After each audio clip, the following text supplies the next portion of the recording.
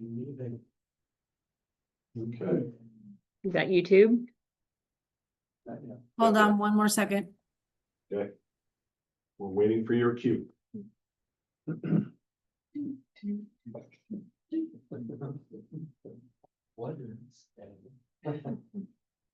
Jeopardy sign.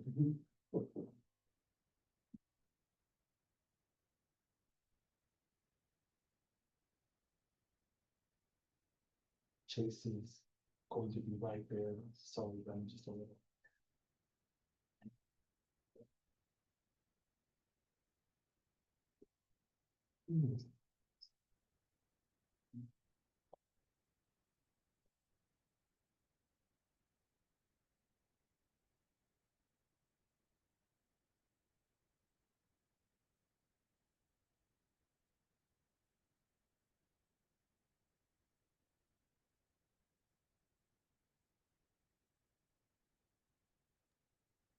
So sorry about the delay. Just one second.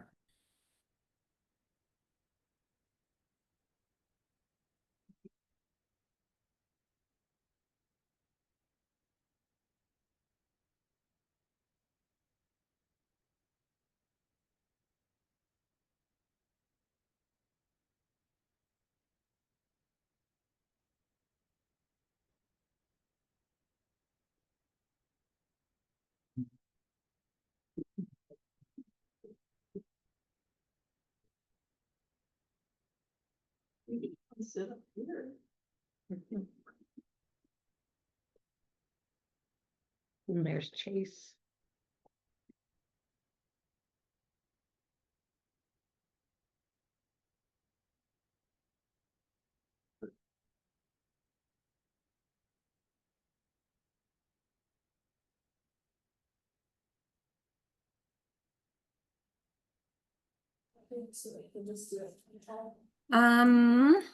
Is Polly on?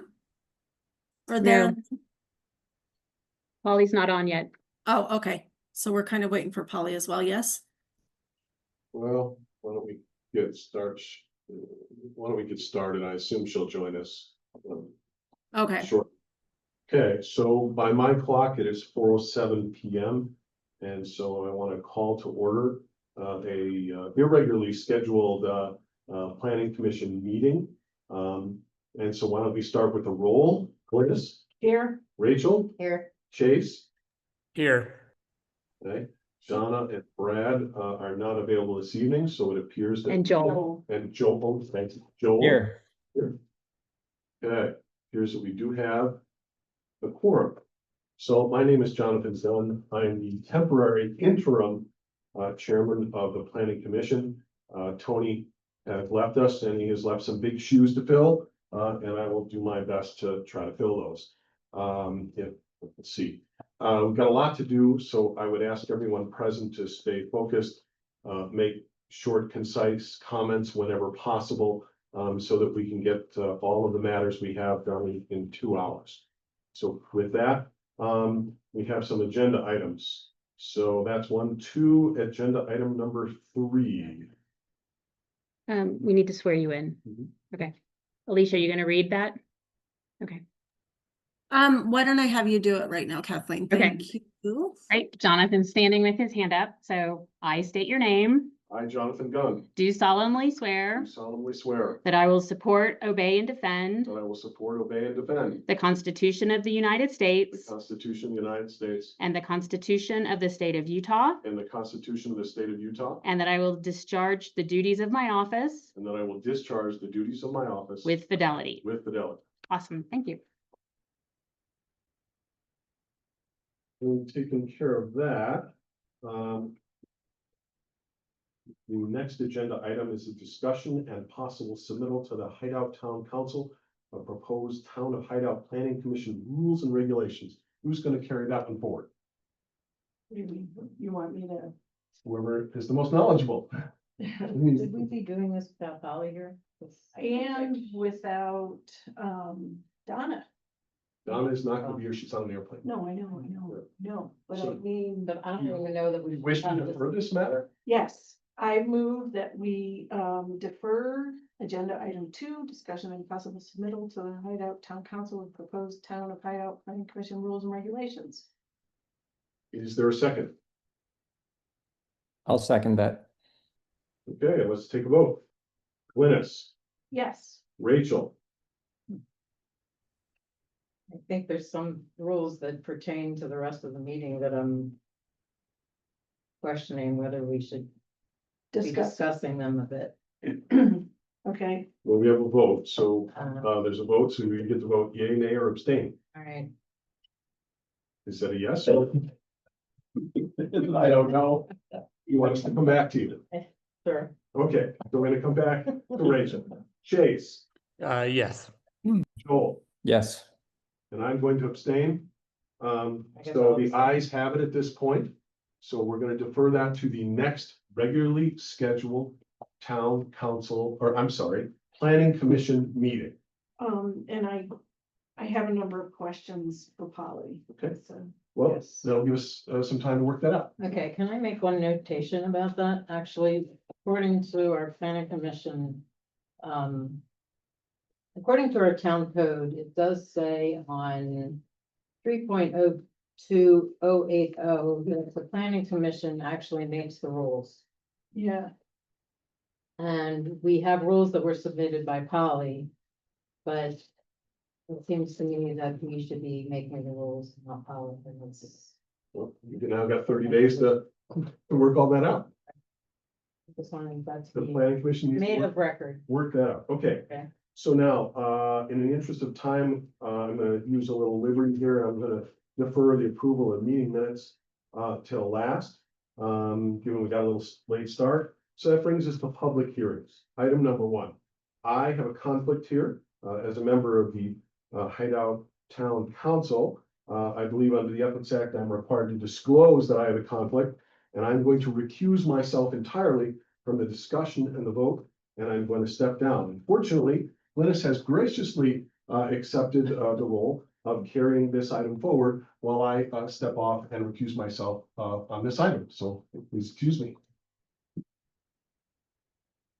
Thomas, are you explaining this one to us rather quickly Yeah. because we've kind of done it before? Yes, you have. You guys have been through this before. So just as a reminder, this is for an amendment to subdivision for Reflection Bridge. This is for lots R1, R2, R4, R5, and R6. All of these lots range between about 4,300 and 4,500 square feet. If you remember in the past, for lot R3, the driveways were originally platted as limited common space, and they went straight in down the center of the property instead of going down the side. That's how it was platted back in, was it 08 or 12? I can't remember when these were platted, but that was the original plat. So now these lots are being purchased. Folks want the driveways, obviously. They tend to be on the left side or the right side. They tend not to go down the center of the property. That's typically where people's front doors are. And so what they were asking for is an amendment to subdivision where they remove the limited common driveway space either to the left or the right.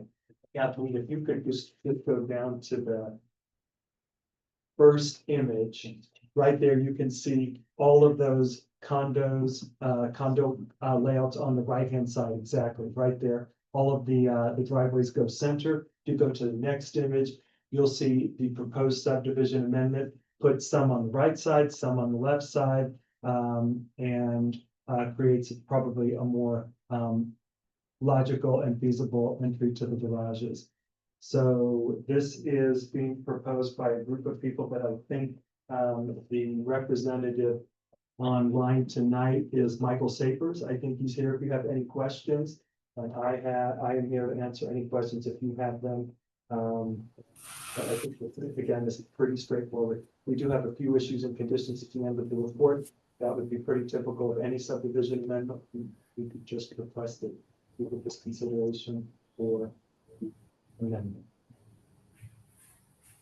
Hey, Thomas, it's Joel. I have two questions. One, how did this get set up this way? So it was platted with driveways right in the middle of the house. Can you give some history on that? I wish that I could. I think that it might have just been as they were doing a fair amount of the platting for Hideout Canyon, they probably saw the condo lots. The intent was to preserve the open space around it as common area open space. I'm guessing it's a guess, maybe they just put the lots down the center thinking this will get amended later. We don't know how these houses will be built. Maybe they did have an intention for putting them down the middle. They envisioned a certain house. I can't imagine that, but I think it may have just been a bit of an oversight. Okay, that's number one. Thank you. And number two, on R5,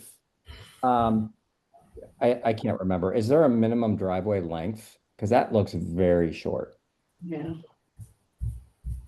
On our, The one, I think it's R5. Yeah, it's R5.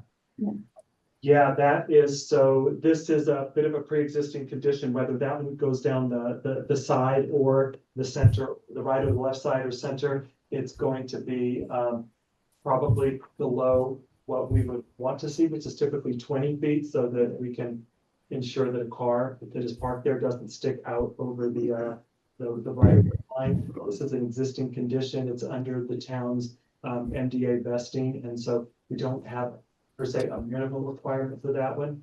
I suspect those folks will be forced to park in their garage because I don't think that they'll have enough space to park out there. was this, The house already under construction? Actually, we should, Yes. Michael say, They are. he will know that, yeah. and- Yeah, that house is, And correct. like, they request to have it there or on the other side? no, it was originally, right down the middle, as Right. Thomas had shown previously. And they ended up having to lower the elevation of the house, I think by about 2 feet, in order to get the required necessary grade to get the house. I think the reason they couldn't go on the other side was because of the slope. It's very steep and back. There's a lot of retaining walls the other direction. And just for clarity, that foundation, that house is under construction, is that right? Correct. It's almost, yeah, they're finishing up the siding right now. Finished, okay. Yeah, we're kind of stuck there. Yeah. Yeah, if everyone recalls too, this is the same topic we tackled on my lot about this time last year. Yeah. My lot's R3.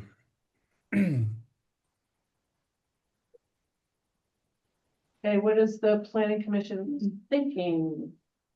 Are these issues addressed? Just so you know, some of the issues at the end of the report, some additional clarification we want included, we want them to note that certainly R3, we want them to show R3's existing conditions because we already put forward that subdivision amendment. And there is across from let's see the lot, that there is an easement that runs through lot 6 to accommodate reflection lane. That is not shown on here. We were asking them to coordinate with the HOA and include that easement. The HOA reported that easement some time ago, so just to illustrate it on this particular subdivision. So there's I'm sorry, Thomas, what is Reflection Lane? Reflection lane is the property across from lot R3. It's the There's- road that goes down the hill. It goes down the hill, it goes down slope. That goes down to the lower sections. That's right. So that's a road that actually. Does it go through one of those lots? It does go through Six. one of the lots. Six. And so we would I think like it's that this lot. easement. They secured an easement for that road. Yeah. So we Wait, just. is it where the cursor's going? It's across from Chase's house, right? It's It's a across. from little, Chase's yeah, house. it's mostly 6. Just so everybody knows, I got. Oh, that's the Right in previous here. one. Lot 6, right? Yeah. Mm-hmm.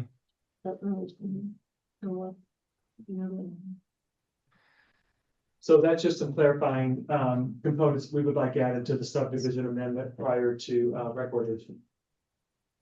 Okay, And working with Michael Sapers and his surveyor and engineer with regard to those issues. Is there one in the middle, with no driveway? That is R3, that is. I'm recorded separately. It was recorded separately. Yeah, I've already recorded my plat a year ago. I had the same issue, rest of planning commission members. So for me, this is no brainer. It should have been done a long time ago. We've got a lot of homes that are already done and driveways in more logical positions now. So I'm totally in favor of this. And I had to go before the planning commission a year ago. I had to recuse myself, obviously, and we got it done then unanimously. Should you recuse yourself now? Happy to. I don't, I'm not up for discussion on this item. Polly's so. not here. Yeah, no, I don't think he needs to because it's No, not. That's not it's my property. Yeah, it's not his property. So, and we did discuss it. We approved it for him last year. It's just frustrating that, of course, that this was done and it was done a long time ago and other people were in the position. So, it's something, Thomas, we need to remember for the future so this doesn't happen again. But yeah, I'm certainly not opposed to it. Great. It's a public hearing. I'm questioning whether we should be making any decisions and without legal representation here. If we don't have Polly on. Polly said, can you tell them to let me in the meeting? She's somewhere in the room. Well, Alicia, do you see that?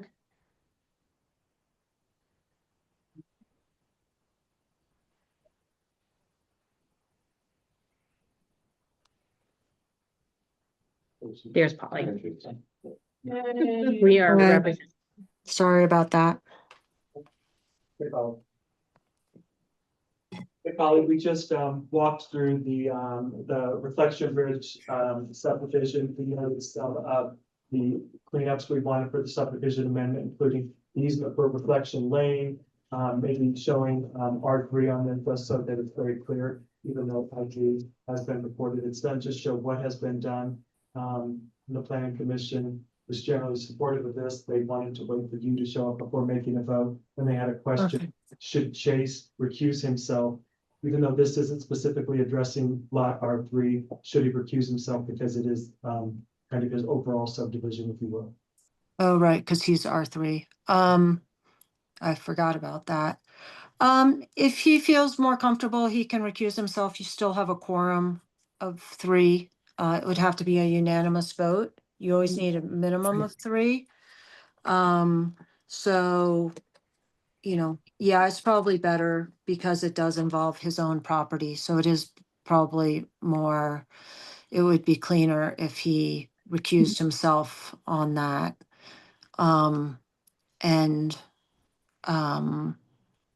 What was it? So, yeah, what other question did you have? Sorry. I think that's it. We just noted that we wanted some clarifications with regard to the easement and some updated work on the plat prior to recordation, but that was it. Right.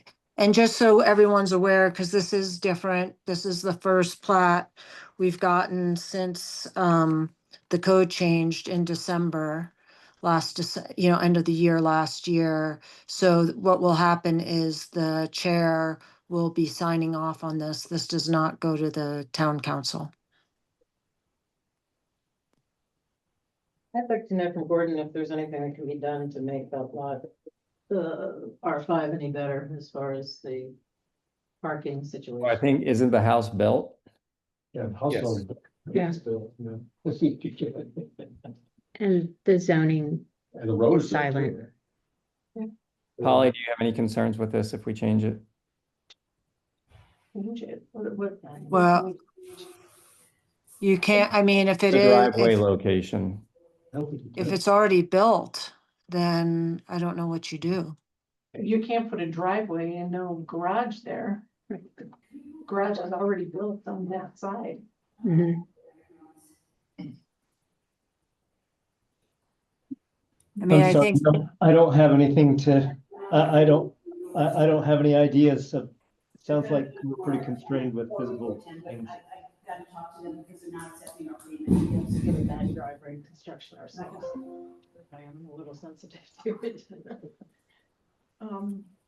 Did you say? It's a public hearing. It's a public hearing?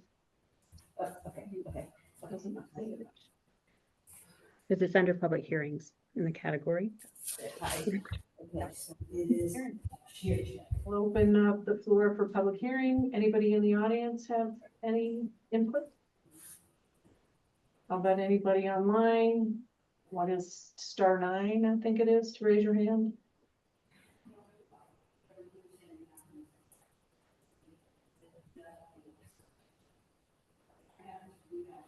Okay, so we'll close public hearing. Just, Michael, is there anything that you wanted to add or that we missed? No, I don't think so. I do have a question. I don't know if this is something that the planning commission would have an understanding of, but along the road here, right about where the end of R4, the curb and gutter stops. And I don't know whose responsibility it is to finish it. Mustang never did. And they've also never finished inside that circle at the cul-de-sac. It doesn't play into this. So I don't know if you guys want to have your vote and then if there's anybody to talk to about that, but I wasn't sure, given that we're talking about the roadway and how all of this lays out. Does Mustang have a responsibility of finishing the roads? And, there's been a problem over the past, since we've been involved with this, twice they've become sinkholes in that road because water just congregates there and gets under the road and eventually the road collapses. They've repaired it twice.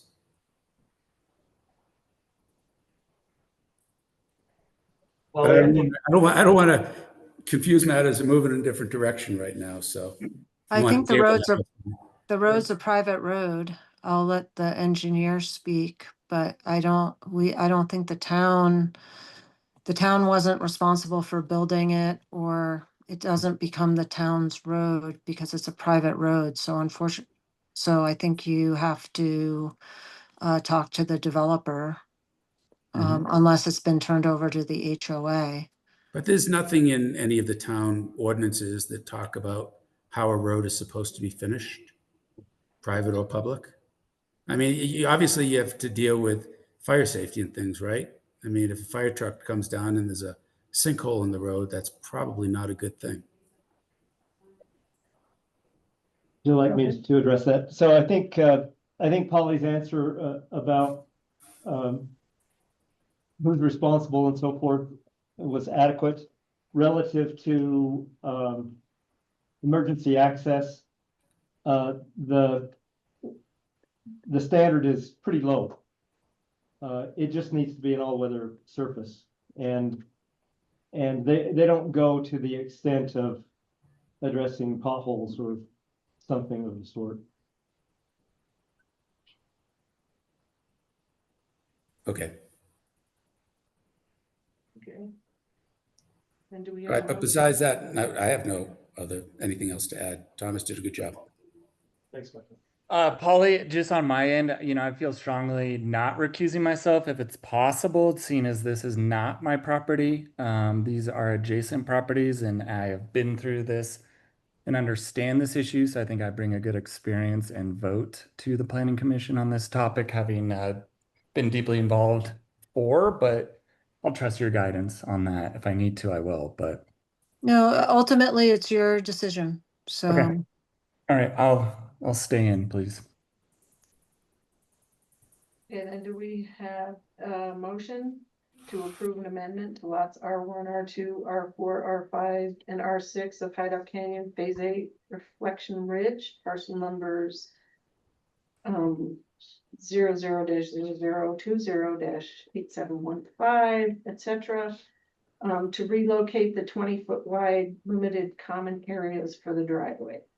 And with the conditions in the staff With the report. conditions met in the Staff report. what? The staff report. Yeah, in the staff report. Second, that was a motion. I couldn't hear. I move. It wasn't, you moved. Joel moved. Second, Joel. Okay. Chase, Yes. Joel, Yes. Rachel, Yes. Glynis is a yes. Thank you. Thanks, Michael. Thank you all.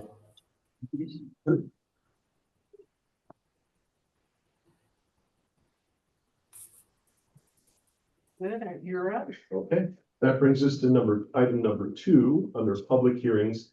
Consideration and possible approval of a conditional use permit formerly known as a planned performance development for the Wild Horse development to allow a cluster development with smaller lots in the mountain residential zoning district. Who wants to present this?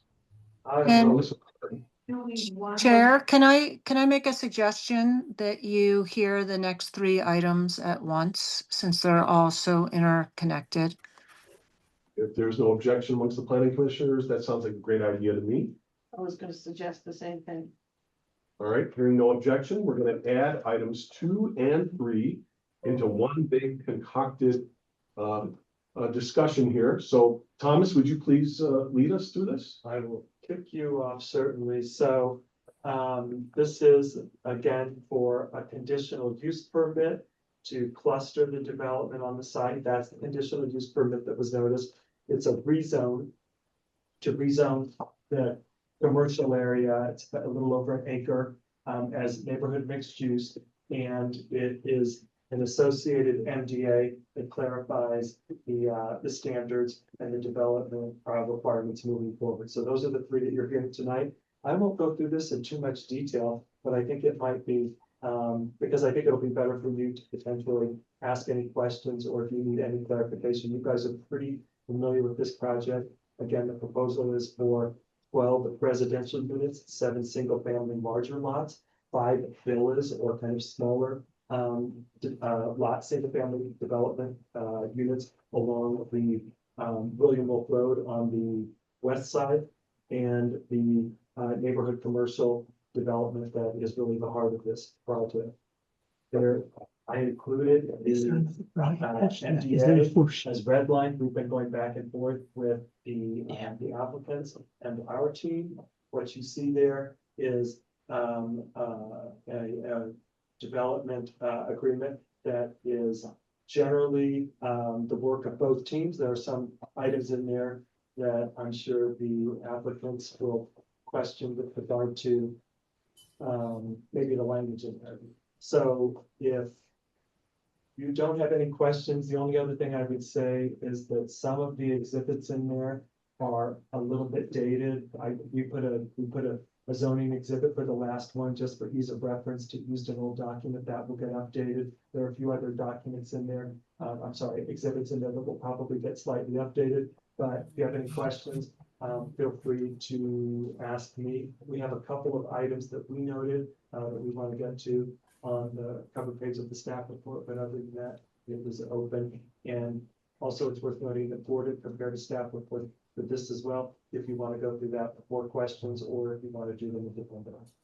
So unless some planning commissioner has an objection, my thought is to expedite this. Why don't we get comments from the public and then let the planning commissioners have at it? Any objections to that approach? No. Okay, not hearing any. So let's open public comment. We'll start with folks here in the room. And I see Brian's got a comment. Go ahead, Brian. Yeah, I'm Brian Cooper, I live in Shoreline One. I'd like to know what's changed from the last time this was presented to the commission, because the big objections that I personally had, and I think I shared with Gordon Minor as well, is that the roads were too narrow and the setbacks were too small. We didn't comply with our codes at all. And I'm concerned especially about the main entrance there, where we're going to have a commercial facility and have a lot more traffic on it and having a substandard road. And there was some talk about whether it was public or private. Part of it was going to be public, part of it was private. I don't know if that's changed. But obviously, if it's public, it's got to comply with our latest codes. Thomas, do you want to address I those? can give a quick answer, and Gordon should certainly feel free to jump in. So since the last time they came in, early on when this project was presented, they were proposing to do private roads. They were a bit narrower. There were some concerns with that on part of the planning commission, the public as well. but also on the part of the applicants, because they wanted to do a public infrastructure district. And for that to take place, the roads have to be public. And so with the new engineering standards that were adopted in December, January, that period, it's very difficult to make this particular road on this slope meet that. We went back to the drawing board and looked at some different alternative standards. Could we make an alternative standard work for projects that were dead end roads that had less traffic on them, et cetera, et cetera. There were different areas in the community that those could be applied, and so we took that back to the planning commission and the town council, and they voted to approve an alternative standard. So this road is now proposed as a public right of way, and it does meet the alternative road standard. So it is a public road and does meet the standard, the alternative standard. Both roads are the alternative standard. I thought the Wolf Road was the 53 feet I think there, with the sidewalk on one side. it does have the sidewalk on one side because it's a commercial building, but I Mhm. think it is still the alternative standard, but it does meet your standard. That's correct.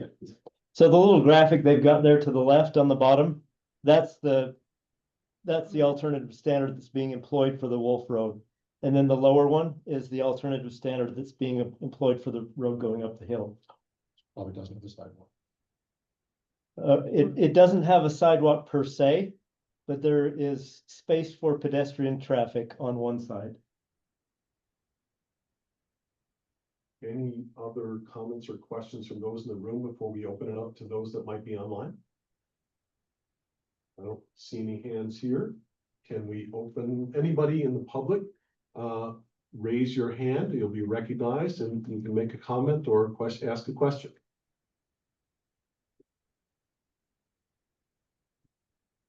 Not seeing anything. I'll close public comment. And it's now in the hands of the commission, the planning commissioners. Okay, I have a couple questions. I have to find it first though. There was a pipe dimension for water runoff, which went from like 18 inches down to 15 inches and then back up to 18 inches. Fine. No, I don't think it was from Klain. I think it was from. It was the. Okay, sorry. Is it the culvert that went under UDOT Yes. north of Bill Wolf's property? Yes. Yeah, that's not a factor anymore. So we've, if you don't mind, I'll go ahead and tell the history. This is late breaking news, so to speak. In working with UDOT, we've discovered that there is a culvert going under the highway somewhere in the vicinity of about lot 10 going westward. And we've had discussions with UDOT, and conceptually, it looks like that is a feasible outfall. And so that's what this concept envisions. But isn't Wild Horse's pipe like 18 inches and then the one that goes underneath 248, 15 inches? Wild Horse doesn't have any pipes right now. Right now, but So those. the pipe going underneath the culvert under the highway is 24 inches. And so the applicant will have to get a permit from UDOT to discharge into that pipe. And if my calculations are correct, that allowable discharge is 3.04 CFS, which is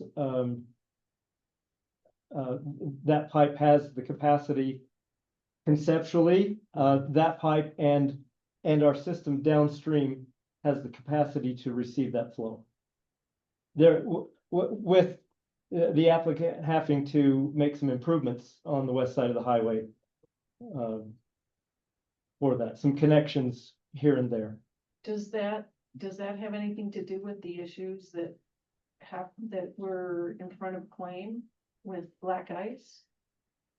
No, this was really good news for Wild Horse, to discover this culvert. It really makes them independent. They have their own independent outfall, and so that was good news for them. It's good news for the town that you know, that we found that. Okay. And let's see, on page 32.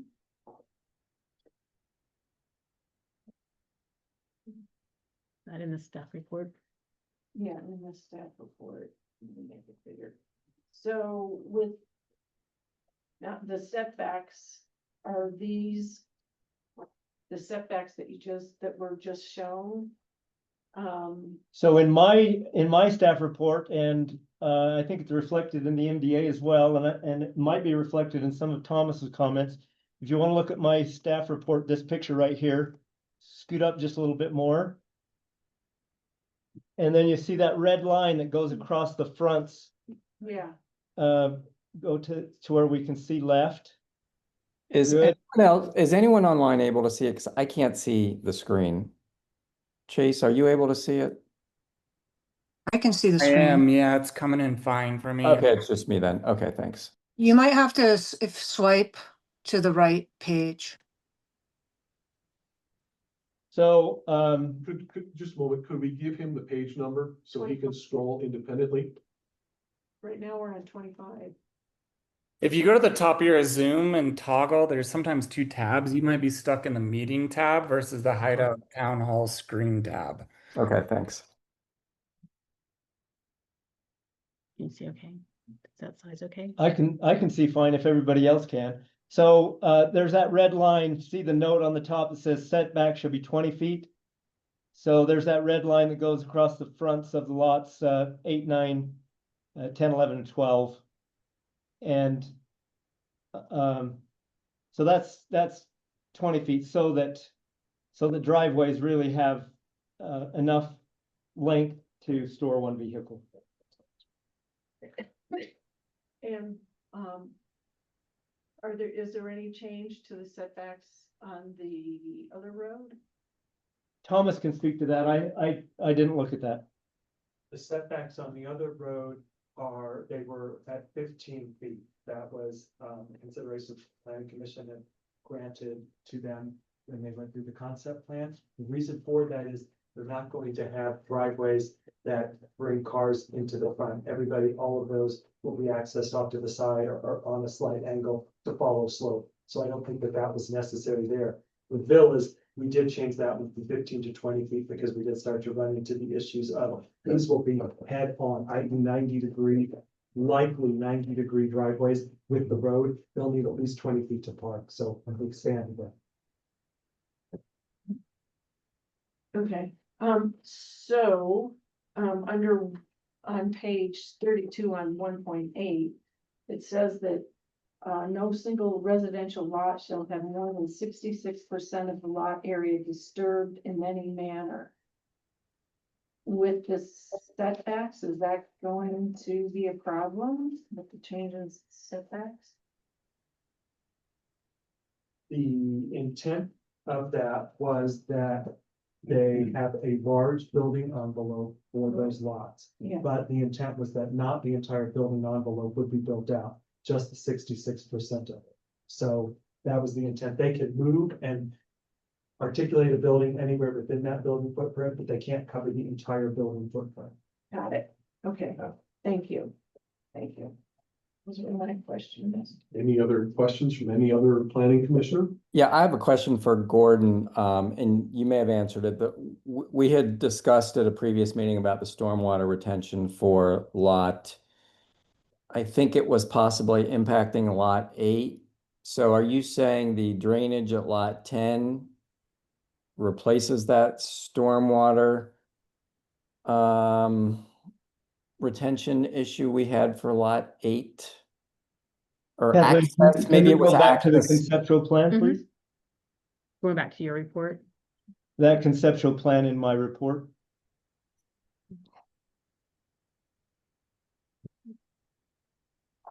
I am not as good a driver as Alicia. Wait, are we in your report? Oh, no, I'm No. sorry, it's still in. Page 25 again? I don't know where you found it. You were on it there a bit Yeah. ago. Yeah, let me just go get out of the staff report. Hmm.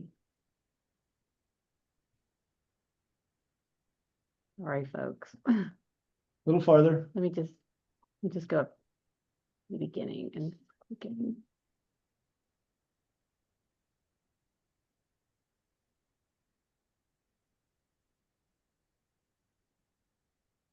There it is. Okay, so if you could go to the last page of my report.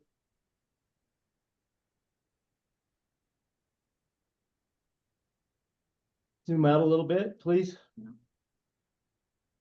All right, and then maybe zoom in on those lots on the west side of Wolf Road. On the west side, lots 8, 9, 10, 11, and 12. Now center that, please.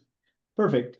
So the concern was there was a detention pond that was shown in the vicinity of the west side of lot 9 or 10. The space that was, of course, this is a conceptual plan. The applicant still has to engineer this and is still subject to the constraints thereof. But conceptually, it appears to work. The issue was accessing that detention volume for maintenance. And the applicant is now showing a maintenance road there that's on the bottom side of that green red triangle that will access the pond detention pond area. And from a conceptual feasibility standpoint, this appears to be adequate. Does that answer your question? Yes, it does. Thank you. And all the setbacks are okay with a practical building footprint of 1,900 square feet? Well, so I put this on here just because I was worried about how small that was, so I measured it, and I put some green rectangles on there to show practically how a residence, a home could be placed in that green buildable area, and the area of those green rectangles is about 1,900 square feet. And the home I grew up in was smaller than that, so I guess they've got some feasible space. And then one other question on lot 12, I believe there was an overhead electrical easement. Oh, yeah, so that's if you want to go up, Kathleen, if you want to scroll up to recommended conditions in my report. That's about right. Could you blow that up a little bit Yep. so everybody can see it? Yeah, can you check? Thank Is it? Scoot up just a little bit more. Okay, I've probably, let's see.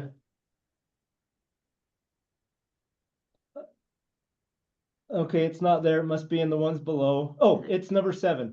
Remove the power line through lot 12 and install a power pole on the Wolf property at the end of Wolf Road. So that power line is just not necessary. And they can terminate that up at the end of Wolf Road to maintain service to Mr. Wolf. So it'll be, so that power line can be removed and Mr. Wolf would be connected into power at the end of Wolf Road? Correct. Okay. So that's not an issue. And that would be at the connection would be at the expense of the applicant, I would assume, is that we would need to make, Correct. we That's would need right. to make sure that's in the MDA. I don't know if we've got that in the MDA, Pauline Thomas. We can incorporate that. So any conditions that you guys make today, we can incorporate in. Have we ever asked for a traffic study? That would be, that's later. So we have not, um, traffic studies don't come at conceptual design. So if there are impacts as a result of this development from that are indicated in the traffic study, then in later stages, the subdivision application, they'll be required to mitigate those impacts. I'm very Great, thank concerned you. about the access from 248, and I don't see, it would take UDOT to put a traffic light in to make it a safe intersection. So there might be impacts there. That's just an issue that's downstream of where we are in the process right now. While we're here on this figure, if Kathleen, if you wouldn't mind scrolling up a little bit, and I'll go ahead the other up. Oh, okay. Yeah, the Oh. picture. I want to see the picture. There we go. So this shows conceptually where the existing storm drain is down below the highway, and the red represents the 24-inch culvert that they're going to take advantage of. And so conceptually, that's where that's their outfall, and they still have the burden to research that and improve it such that we know it'll work.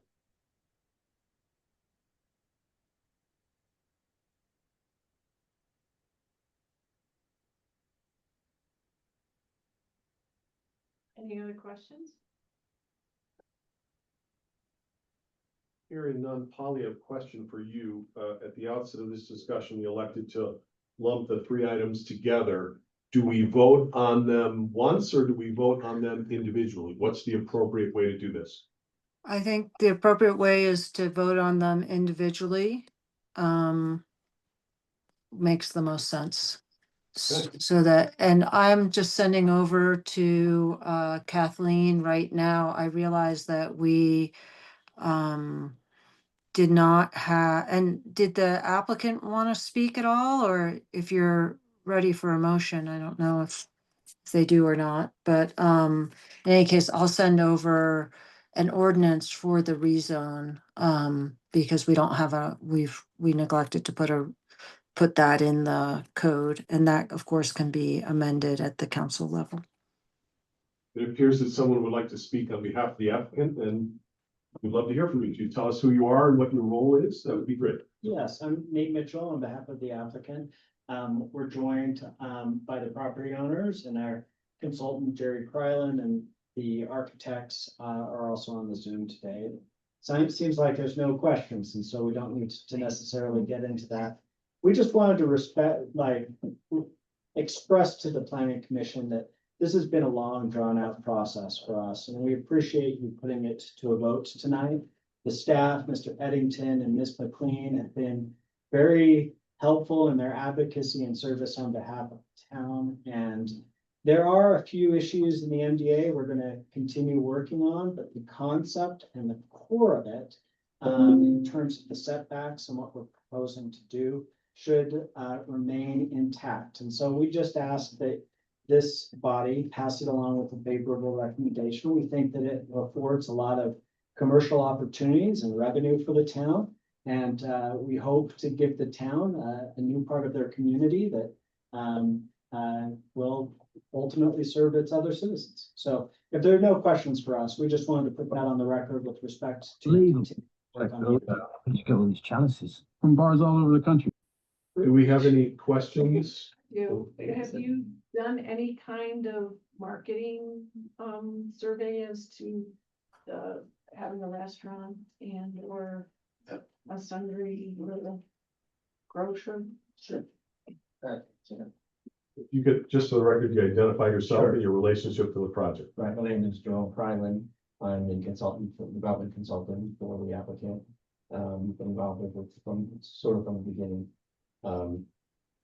In answer to that question there, we have not done a lot of that. We've had conversations with people and users, but until we know we actually have a zone property that we can officially talk about as being that use. We've been very careful not to do that. Okay, this was brought to us originally as a Hideout brewery. And I think we loved that idea. Personally, I'm not liking another high-end restaurant. Like, there's a million of them around here. Local place might attract more people. Well, if it helps, we are engaging, the local office of Clark City, Berkshire Hathaway and their leasing team to, help guide us in what is the right mix, what is the right layout and all that for that, and what the demand is and uses. So I think we'll get to it with them, with their expertise, not us trying to decide what to do. So. Got it. Another question. So it's Joel. I have a concern. I still have a concern about that lot 8. I feel like you're still trying to shove a building into a really small lot. I would really prefer to see you go with, I would acquiesce to the 4 lots on the 248 frontage side. I just think that 5th lot, it's really I feel like it's gonna cram everything in. I did speak with one of our residents who had the same concern. It looks extremely tight, like we are trying to shove so many buildings in such a small area. So I would ask the applicant to comment on the possibility of keeping lot 8 as open space, or maybe, incorporating lot 9 into lot 8, one less lot, one less building. Or having like a road, and Focused on then that how you lot. proposed it originally, I thought was much better than having all these different Yeah. driveways coming out onto a road where there's commercial across the street. You might be able to fit 5 in there that way. If I could speak to that just briefly. Mhm. We understand that, this is at a conceptual stage. Right. One thing that Ms. McLean and Mr. Eddington have done very well is make it clear to the applicant that ultimately there's going to be final approvals. There's going to be engineering. We're going to go through the subdivision process. And at this stage in the process, we're just trying to maintain the greatest flexibility, because the town's position is you might not be able to build on one of these lots, but you've got to comply with the town standards. And so it's difficult at this procedural stage to give up on a lot when we don't really know what's going to happen with respect to the other lots. But what we've tried to do with respect to clustering is section 12.04, as you all know, favors a policy of clustering so that we get that open space around the rest of the development. And so unless Mr. Krylan tells me that I'm wrong, I think our position is the town's representatives are advocating for language that sticks with the standards and specifications. And this would be a process that would be determined later on when we actually have engineering. I feel like, with all due respect, if we're going to stick with the current, all the current procedures, this wouldn't fly. We are making a lot of concessions to you for you to build this many lots on this piece of land. So, And I understand with that. all due respect, I'm asking to remove lot 8.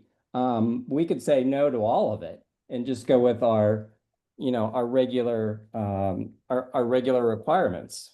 So, but bear in mind, we have bent a lot for you. And I think that the property owner is very grateful for the town. I mean, this is always a compromise. We're always trying to work together. And I think that, we hope that the balance of increased tax revenue and that commercial opportunity makes a lot of sense from a broader public policy standpoint. The difficulty is, how do you fund that? How do you fund that commercial space and spend hundreds and hundreds of thousands of dollars in infrastructure?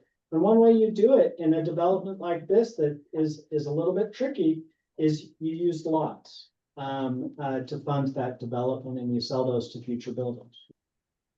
if I may add something to that, to Mr. Pecker's commentary too. It is possible, we want to maintain the density that we have worked really hard with Mr. Eddington and Mr. Minor and Ms. McLean to get to.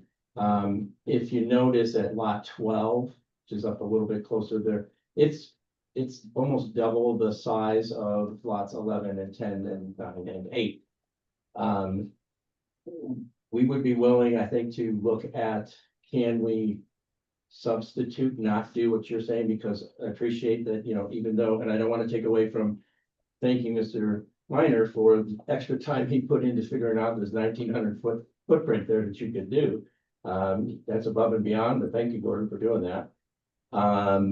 We could perhaps look at subdividing lot 12 if we need to do that into 2 lots, because it's almost an acre up there. The other lots, 11, 10, and 9, and 8 are a third of an acre. So that could be a feasible compromise. And what we would be voting on would be a maximum of 5. So, For the final configuration to be Right. worked out with staff. Yeah. Yeah. right, Mhm. Yes. Unrelated to this, if I may make another comment relative to the notes in Mr. Minor's report about the utility line to Mr. Wolf. We were approached by Kiewit, who is under contract with Rocky Mountain Power to do a lot of the work up and down the valley here and in burying lines that are above grade right now. They've specifically come with sets of plans and everything for us to put his line when the time comes. And we told them what we were doing, so we said, let's coordinate when we're ready to do that. And they'll run new service along Wolf Road right now in front of our commercial, all the way up to where he is, and it'll be buried underground, so it will eliminate those things. Just it'll answer, I think, what Gordon was trying to get us to do, so we're intending to do it. and I saw, I don't know exactly what drawing it is on, but I saw in a drawing that Wolf Road wasn't called Wolf Road. You are gonna keep Wolf Road and then name it the other name, Wild Horse Wild Horse Lane, Way. Wild Horse Lane, right? Good to know their name. Still up to date. So did I see something in the MDA about asking for nightly rentals? Oh, yeah. We have asked for nightly rentals in the MDA. I believe it was originally part of was it part of the concept plan originally, or? I think it was originally in the first draft of it, but what we're really speaking to is that in the lower lots, not in the single family. home. Yeah, it would just be the villas. The idea behind it, of course, was to, you know, there's this tax opportunity with this commercial property, and the idea was to generate and drive revenue to the town, and short-term rentals can do that, and make the commercial space even more feasible long-term. We recognize that we want to keep this application moving, right? We've been here several times. We've been talking for 10 months. We'd like to make this moving. And so ultimately, this might be an issue that we have to defer to city council and take that up with them, but we hope that it certainly doesn't provide a stumbling block at this stage. And of course, this commission with its expertise can always make a recommendation in favor with conditions. We just like to keep the process moving. And Mr. Krylan might have something to add. So. Right. Anything further? No, I don't think so. Thank you for the opportunity to. Any of the commissioners have any other questions or concerns they want to voice to the applicant? I've had a concern from the beginning. I voted against it and I'm still against it. And I just want to say that I question the viability of commercial there. I feel like the houses built, the lots 8 through 12 are too close to the road. I don't see how they're very desirable, and because there's going to be a lot of road noise. And I also kind of feel like we don't know for sure what the commercial is gonna be. We're just kind of hoping it's gonna be successful, but I've seen, down the road, there's a lot of commercial that's not even being, rented space, and I know also like Black Rock Ridge, the restaurant there, everyone I know went the first time to check it out, and now nobody goes, so I just really question trying to develop. I feel like we're trying to cram too much into a small space and being built on a hill. I just think I don't like the project. Just want to state that for the record. Any other comments? Not hearing anything else from the commissioners. Based on Polly's recommendation, I think we're going to go to a vote one at a time. Let's start. Is there a motion to approve item number 2 under public hearings? I have a quick question. Oh, I'm sorry, go ahead. No, it has to do with, Gordon's recommendations. Where do they fit? Which one does that fit in? 2, 3, or 4, or is it spread out amongst them? 2, 3, or 4 in the MDA, is that what you're asking? No, 2, 3, or 4 of the, public hearings, Items on the agenda.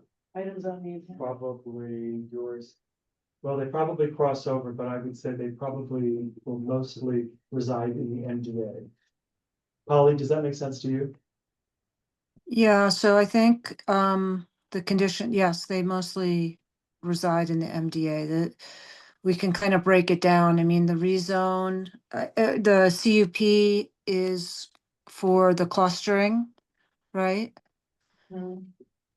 Which is kind of above. That's actually an allowed use, although they're asking for variances, which is why it's part of this the overall project. But then the MDA is really where the particulars are spelled out. So I would think that most things would be tied to the MDA. Thank you. And Gordon and I were connecting earlier today a little bit about his staff report and my staff report. There are some recommendations in there. One was Jersey barrier versus guardrail. Those are things we kind of want to tweak and work out. Part of it's based on safety and requirements. Could we do something better? We'll look into that. Those are minor things. We'll work through that. But again, I think most of his conditions, as well as mine, will live in the MDA, because I think there will be some tweaking between now and council. Okay, thank you. Anybody have anything further? Not hearing anything. Is there a motion to make a recommendation on item number 2 under public hearings? So actually the CUP is not a recommendation. That would be a decision by the Okay. Planning Commission. Thank you for pointing that out. Is there a motion for a decision as to item number 2 under public hearings?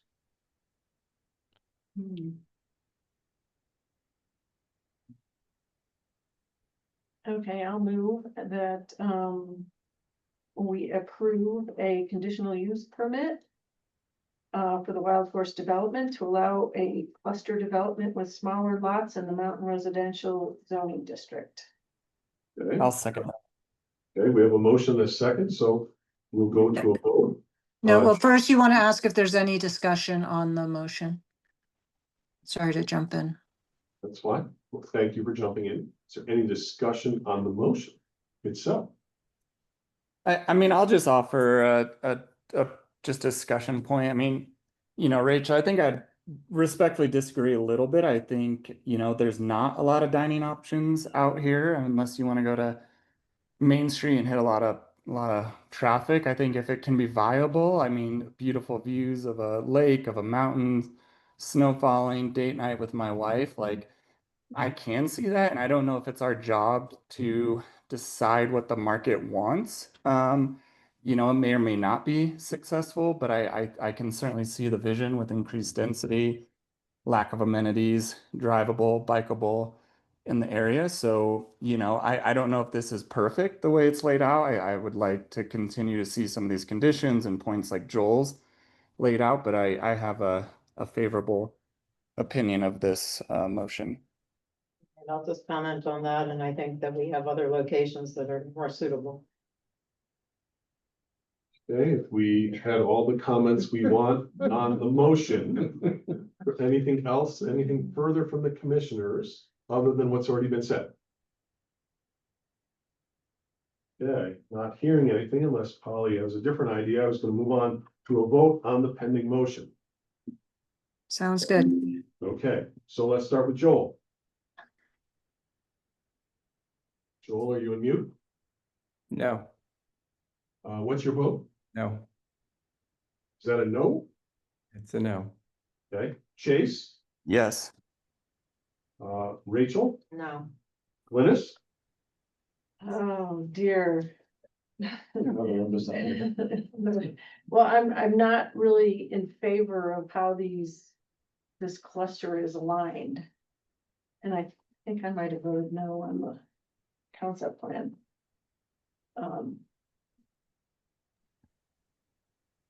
But I do want to see this go through.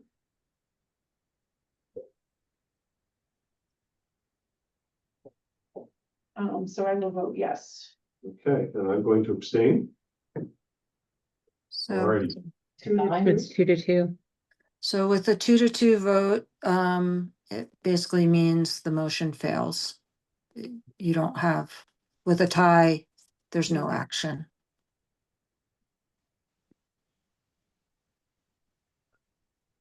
let's, So Is there- can we bring this up at our next planning commission meeting when we have 5 people? Yes, you could continue it, or it can just come back if you'd like. we need a motion to continue it.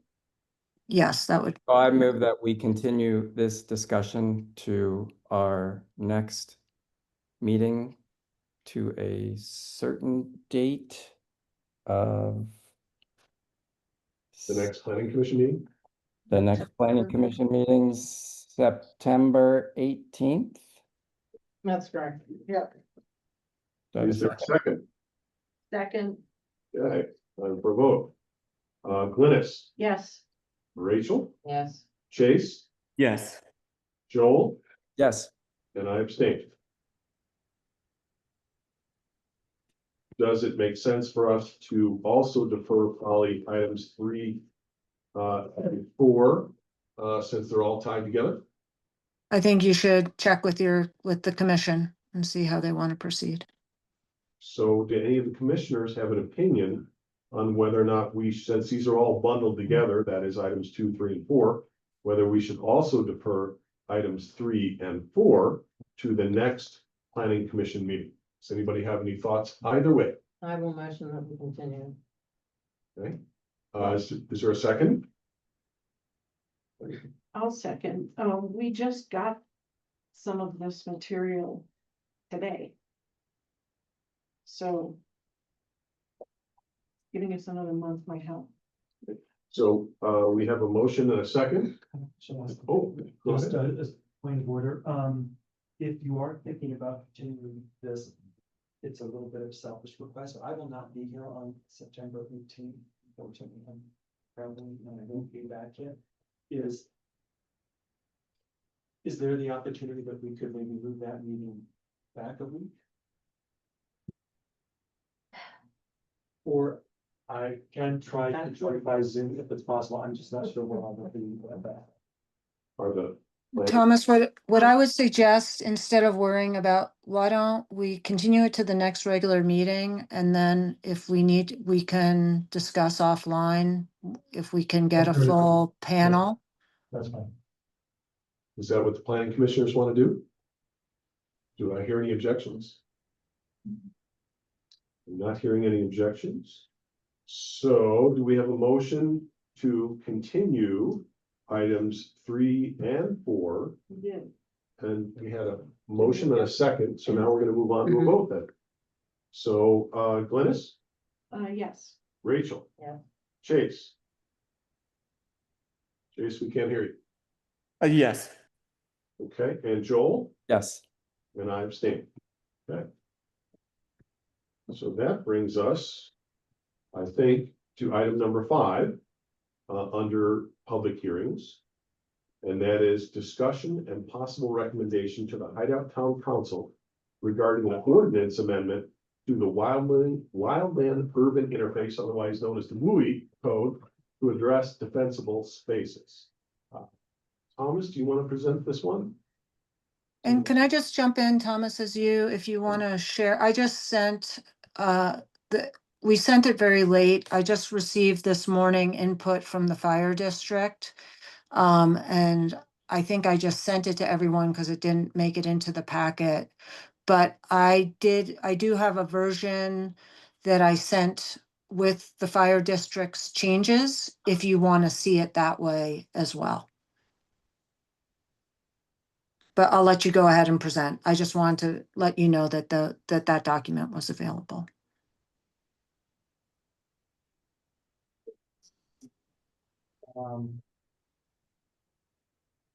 Showing up on the packet that I downloaded, give me one second. You have the latest packet? Yeah, I so just sent it, I just made the edits, right before the meeting, so it just got sent out. Do you need me to resend it? Is this the one? is It's this just the- called document 1. Oh, got it, okay, I'll open it, got it. Okay, so, Kathleen, do you have that? I don't have a document 1 from Polly. I have just the email with the fire district's comments that would be incorporated. Do you see an email at 5:09 from Polly? No. Oh, there's document 1, but now I just got it. Now I see it. Let me see if I can. And she just rescinded. You want me to resend it? And I can put it up on the screen. I'll try to put it on the screen. No, I think Kathleen now has it. Okay. Sorry that it's so late, but we just got those and it's, Can you send it as well, just so we can? sure. Bear with me. Holly, they're not in the packet. Are we able to discuss them at this point? Yeah, Yes, there would just be finalize it. amendments.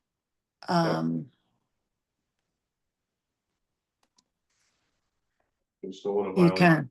rules. Mr. Roberts. Okay, can everyone see that?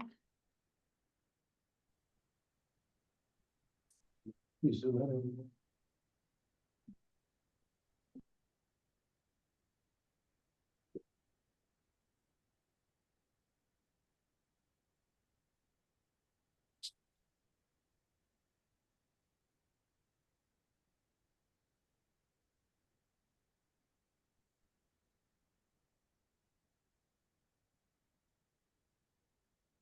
That was just different from what we got before. Yeah. So all I did was I did a search and replace, based on, and you don't have to follow it by any means, but the fire district, Clint Nearing suggested replacing the word, flammable with combustible, which is what I did. And then the word foundation with, eaves, Eaves Uh, wall decks. yeah. He wanted that clarification. He said it's been an issue in the past. So, makes sense. That's right. So does that include, like eaves and a tree? So the tree has to be 5 feet away, the branches of the tree. Yeah, I know that's 10, but, oh, a tree, there it is. Well, then,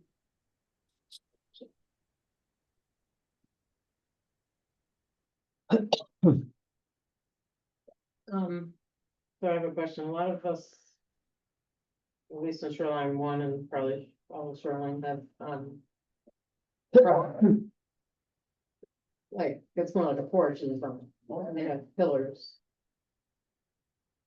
Does that pillar, what is that considered? So Is these that- are the columns that hold up the roof structure that Yeah. we're talking about.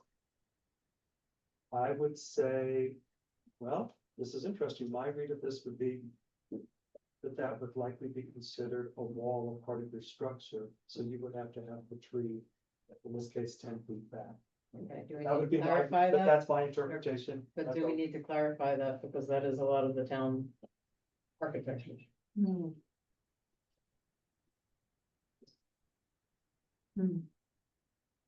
Yeah, I think with decks, I think this, that's not a deck per se, it's a porch, but I would think that would fall into that category. I think Yeah. You're right, we can clarify that.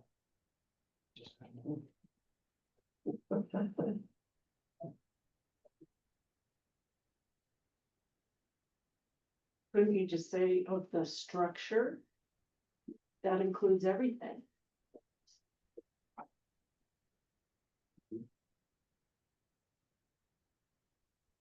So Or no? I think we could, I'm thinking this through as you're asking me this. The structure is typically defined as anything attached to the ground, right? So I want to be careful that, you know, if you had just an open patio, that would probably not qualify. If you had a patio that went out into your yard, right?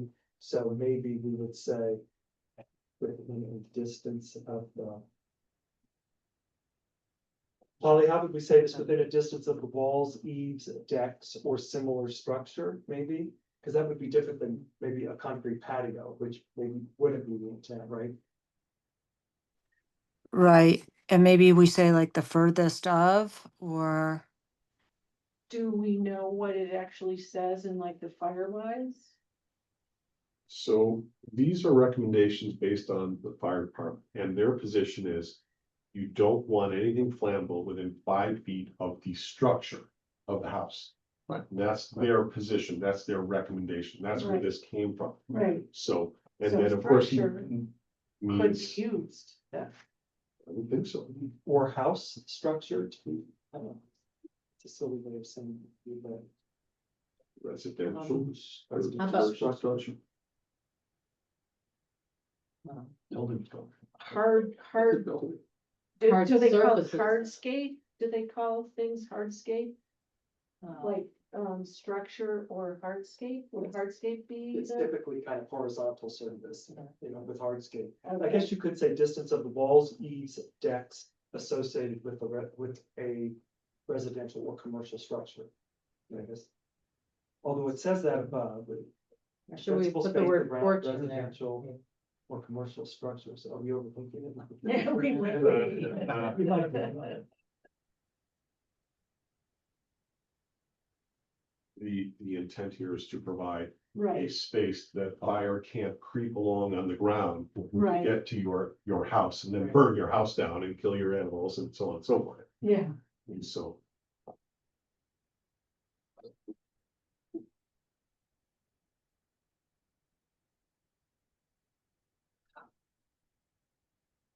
Polly, I don't know what you think, but there's a part of me that says maybe we leave it as is because the bold text above says around residential or commercial structures. And then we say walls Right. that are I, attached. I agree. And Yeah. we can always, talk, Mm, have yeah. Clint talk or have Clint be there for the Council, council meeting. And sorry, this was, I had emailed him a while ago and he just got back to me this morning, so. Or this late afternoon or whatever, late morning. They're busy. Maybe they were able to take a breath that it rained last night. I don't know. Okay, so this is noticed up for a public hearing. So let's take some comments from the public, if any, and then come back to the council for its debate. So let's open this up to public comment. Anybody in the room have anything they want to comment on or say? Not seeing anything. Anybody online want to make a comment, criticism, anything, you want to say anything relevant to this? Please raise your hand. Aha, Tracy and Glenn, somebody. Seymour. Could you please identify yourself and the street you live on? Yeah, this is Glenn Seymour. I live on Viewside Circle. Okay, thank you. What's your comment or question? I had mailed in some comments yesterday, but and obviously not having the benefit of seeing this text here, but fully support this. We've met with the fire warden, with our HOA, as well as I spoke with him at the symposium. And I mean, this is the most important part of protecting our homes, is this defensible space. I think, you had a discussion about pillars, but it's really, you have to look straight up from wherever these bushes, mulch, et cetera. If you look straight up and you see the structure, the eave, above that, that's really, you're looking at a horizontal distance from the part of the building that's, any part of the building that as you go look straight up. So I think that's important that we clarify that people don't think that, if I have a pillar, that pillar can't catch on fire, but that pillar's probably got a roof above it that can catch on fire. And these things that do spark or do create flames that will be more than tall enough to go all the way up to the top of all of our homes. So I fully support this being added to the town code. Okay, thank you for your input. Anybody else online before we close public comment? Please raise your hand. I don't see anything. Does anybody else see anything? I do have, no, can I ask one Council, last you question? want to ask him a question? No, Oh, we'll have plenty of time for discussion amongst the Okay. council. okay. So not seeing anything further in the public online section, I'm going to close public comment and open it up for the council to discuss. I just have one question. Commissioner rather. How many, this would apply to Richardson Flats? This would apply to any commercial that comes in. It won't apply to Wildflowers. Actually, it would apply to any, if this becomes, once the council, if and when the council adopts this, it would apply to any subsequent building permit applications. So Oh, any applications that come in, this would apply to, yes. So they okay. don't have building application or permits pulled yet, so this would apply to any subsequent development. Okay. What about shoreline or? War, yeah, yeah. So this would apply to shoreline four as well. Oh, good. No, I don't think it would actually. Oh, because of the vesting in the code? Yeah, because that is Oh. subject to the master MDA. So Oh, anything though that is outside of the master MDA, it would apply to. you're right, that's correct. So is there- doesn't it apply to the master MDA because it was agreed on before this date? Polly? I'm talking about the Mustang Hideout master MDA, which Right. was entered into in 2010. Right, so it would not affect anything in the Hideout MDA? Probably not. I guess there's an argument that it is, for a health safety type issue. But we would have to examine it on a case by case basis. So what we're saying is, and Glenn Seymour, hear me out. If our HOA wanted to put in wood chips right up to our houses where it currently is, we could still do that? Yeah, your HOAs can do whatever they want. Well, As long as you comply, yeah, you can, as long as the more restrictive applies. So the HOA, if the HOA wants to implement its own requirements, it can do that. Right, but so I guess I'm confused, and I'll be honest, I haven't had a chance to fully, thoroughly look at all of this. Anyone who is existing does not have to follow this? To an extent, if you look at the language immediately under the graphic table there.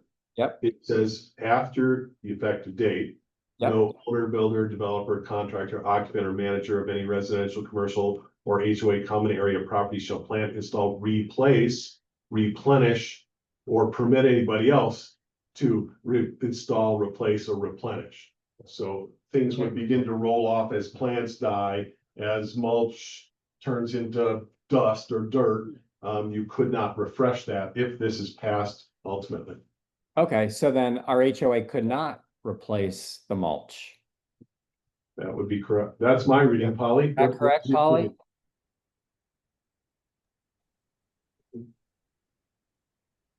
For things outside of the MDA, that this would then, when you replaced it, would then apply.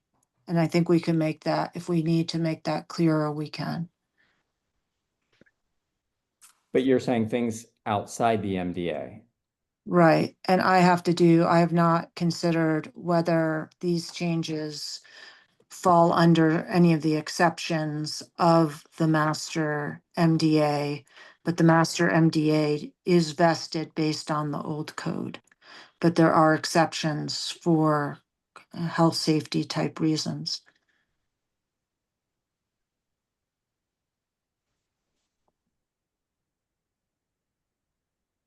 I haven't done that analysis yet.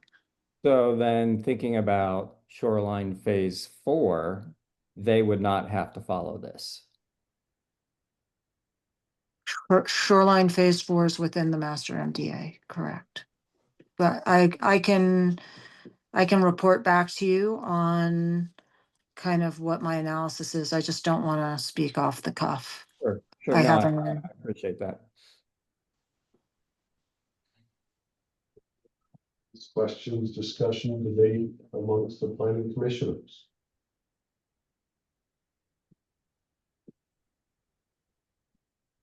Not hearing any.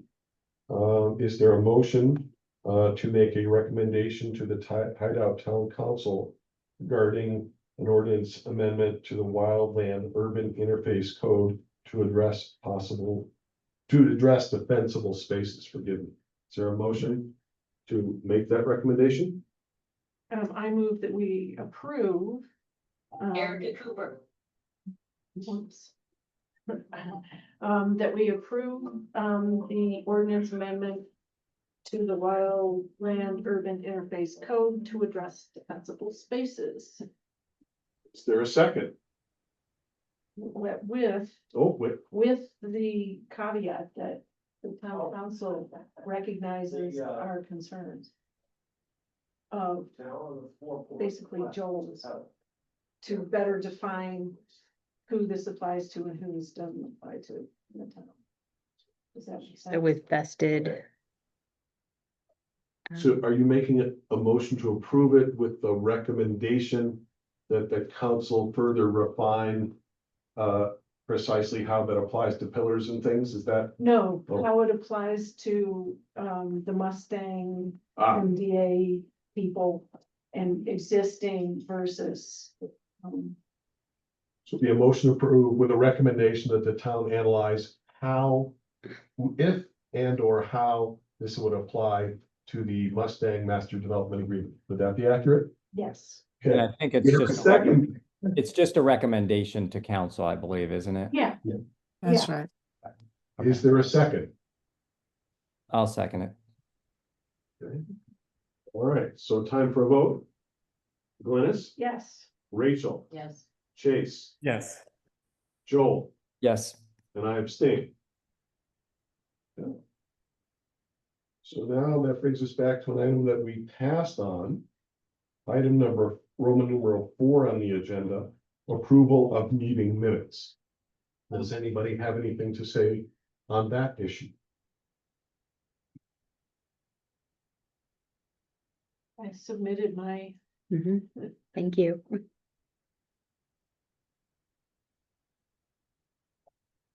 Not Motion. hearing anything from the commission. Is there a motion to approve the minutes? So moved. Okay, is there a second? Second. We have a motion and a second, so time to vote. Joel, Yes. Chase, Yes. Rachel, Yes. Glynis, Yes. and I abstain. Okay. So with that, is there a motion to adjourn? I think we've covered everything. Does anybody see anything we missed? Oh, seen it. Okay. Is there a motion to adjourn? So moved. Is there a second? Yes. One second. Okay, let's vote. Glynis, Yes. Rachel, Yes. Chase, Yes. Joel, Yes. and I actually vote for this. Doesn't count. Thank you all very much. Thank you. Thanks.